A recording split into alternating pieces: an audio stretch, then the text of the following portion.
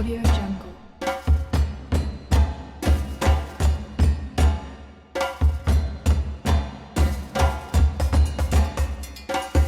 Audio Jungle.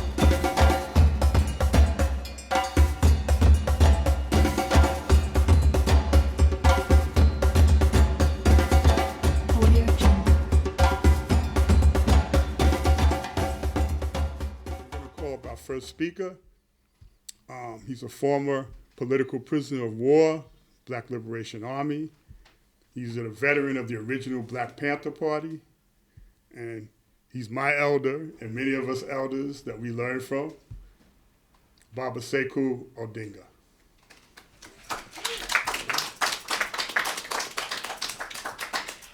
أعوذ بالله من الشيطان الرجيم بسم الله الرحمن الرحيم أشهد أن لا إله إلا الله وأشهد أن محمدا رسول الله. Assalamu alaikum. Peace, power to the people, greetings.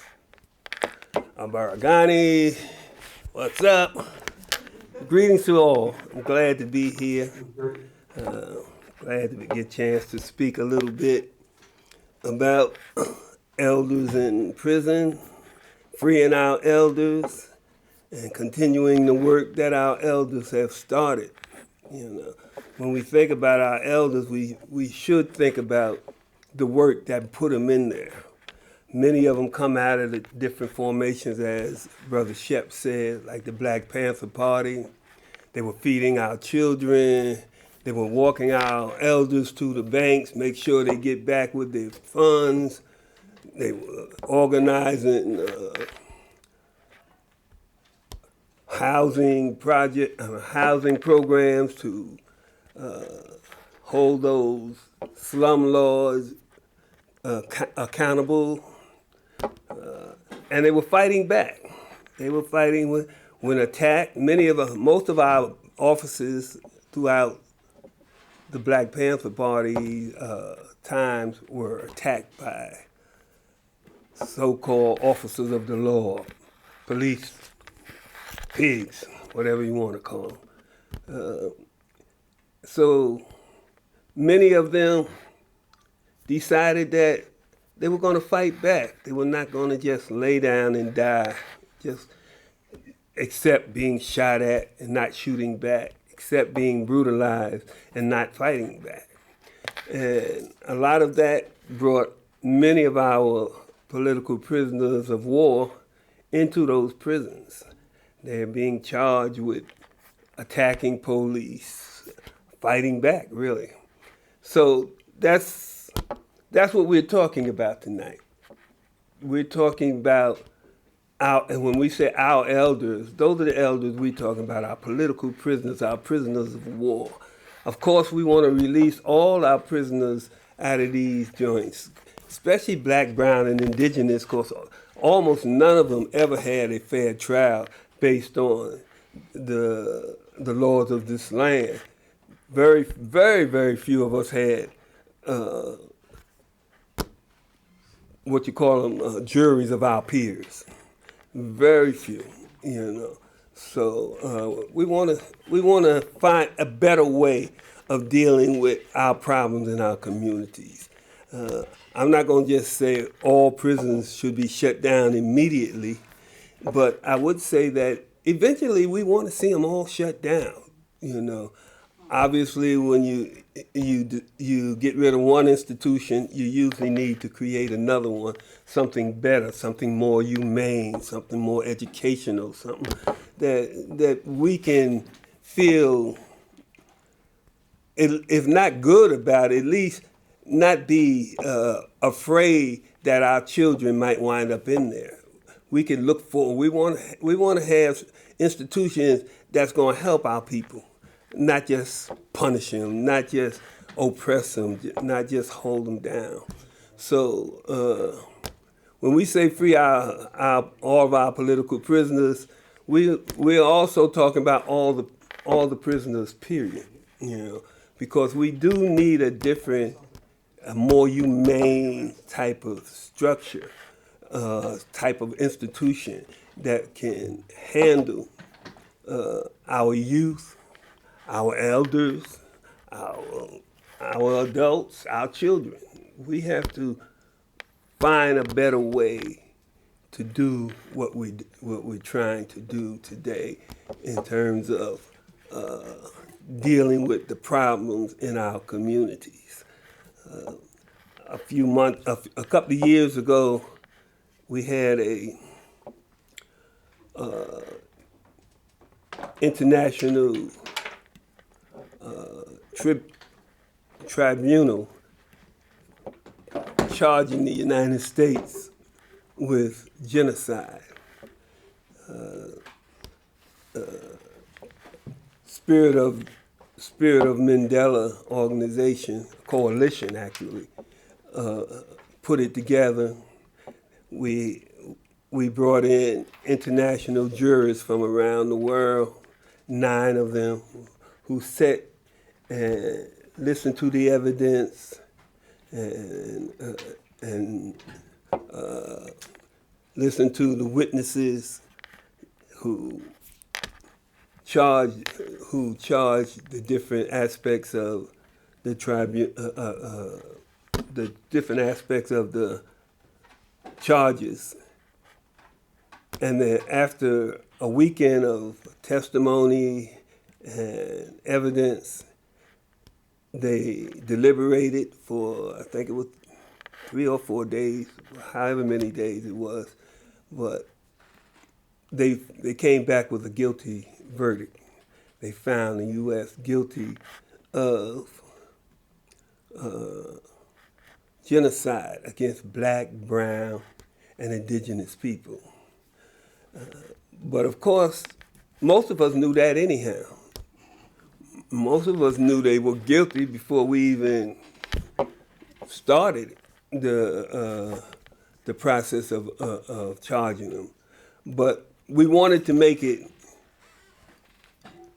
public, open, and after that, we wanted to build on that. We didn't want that just to be the sum total. The U.S. is guilty of genocide. As I said, we know that. We've been know that. We know this country was built on genocide and slavery of African people. So we decided, Spirit of Mandela, along with others who joined with us, to push a program called the People's Senate. And the People's Senate is the goal of the People's Senate. Let me just read it to you. The goal of the People's Senate is fourfold: help publicize and promote all of the local work that everyone is already doing.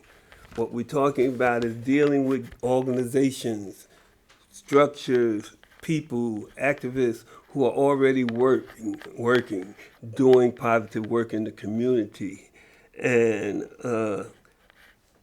working together, pulling them together, bringing them, creating vehicles, creating organizations that will allow people to find out what others are doing in their community, in their region, and let them find out what they're doing and support each other, organize themselves so that they'll know what's going on in their community, and they can support the positive work going on in their community, and they can have others who want to support the positive work that they're doing.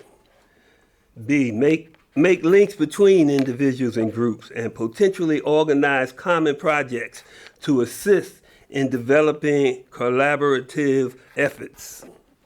C, develop new initiatives that can unite us on a national and international scale.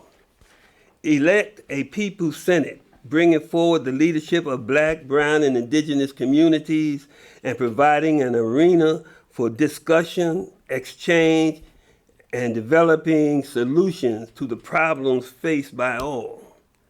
Our vision is a Senate which will be a representative body of the people and their organizations elected by local meetings or gatherings based on geography or constituency or on groups of people engaged in common work.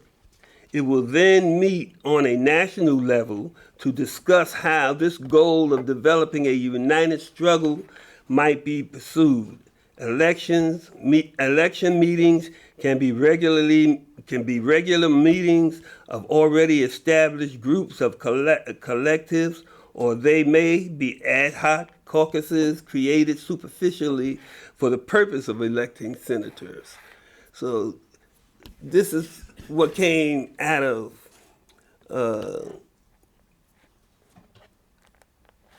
the guilty verdict of the people's tribunal, international tribunal that the Spirit of Mandela Coalition created. Many groups have joined up already, groups like Jericho Movement,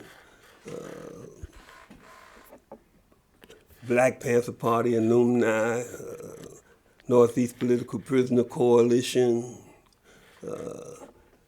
People's, what they call it,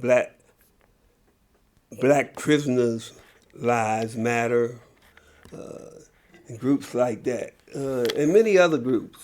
We're asking and inviting all to check us out, check out the work that we're doing, help us do the work. It's a new organization, it's a new structure, so we're looking for ideas and work efforts to bring this together. We all talk about the need of unity. We're trying to develop a vehicle we can unify under, and we can start doing work collectively.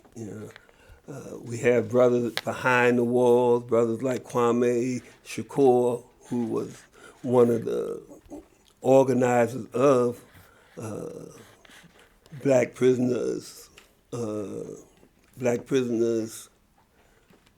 Lives Matter.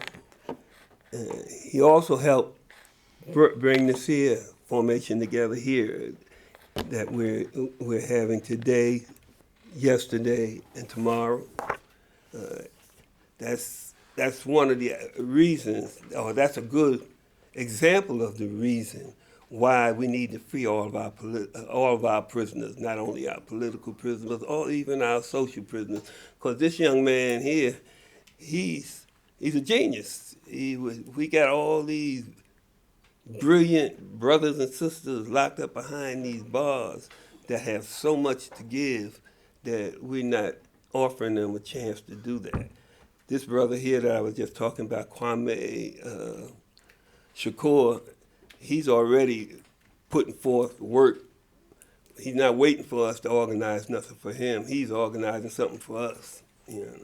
So I don't know if I done used up my time. But anyhow, again, I invite those of you who are listening to check out spiritofmandela.org and see what we're trying to do with the People's Senate. Join us, help us. Those of us here in this room with me, you can sign up over here. We have a little information there that you can take with you and read, and you'll find a lot more at the link I just mentioned.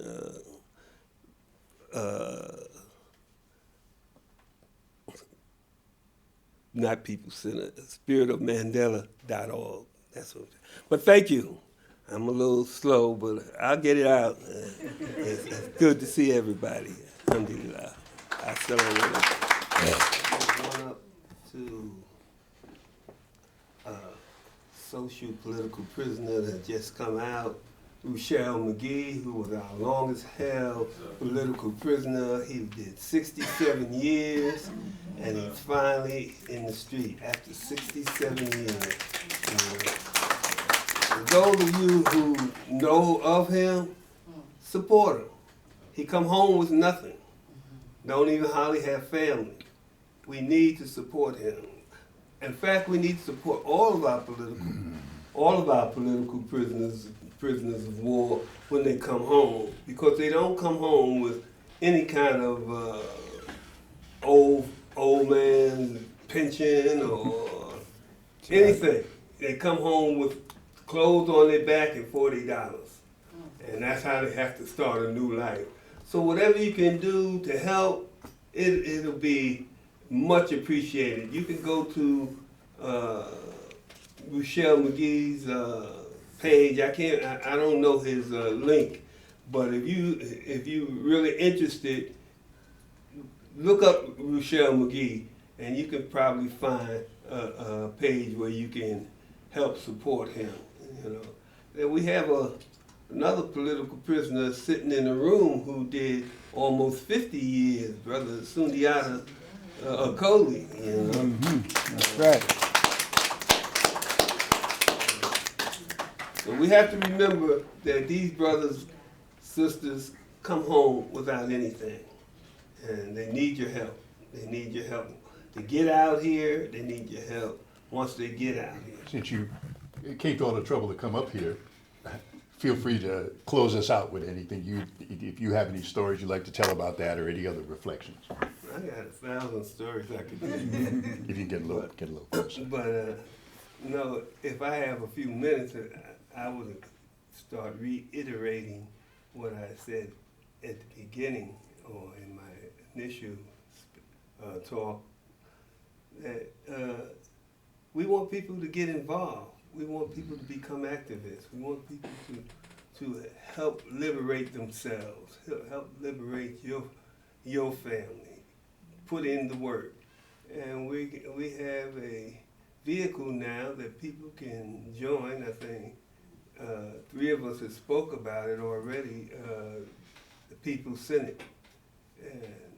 And although it might sound like it's a lot of people, we're talking about organizing millions of people. We're not talking about a couple of thousand people. So my last words would be, go to spiritofmandela.org and join with us. See what we're doing. It's the page will tell you a lot of what we're doing and what we need done. And I'm inviting everyone. I'm not going to go as far as Jalil. I'm not going to deputize you or what's the word they used to use when they used to make you go join the army? Conscription. No, impress or grab. Impress and grab. I'm not going to draft no one. Draft. Oh, draft. But I am, the kinder I way. am again inviting folks to get involved in your liberation.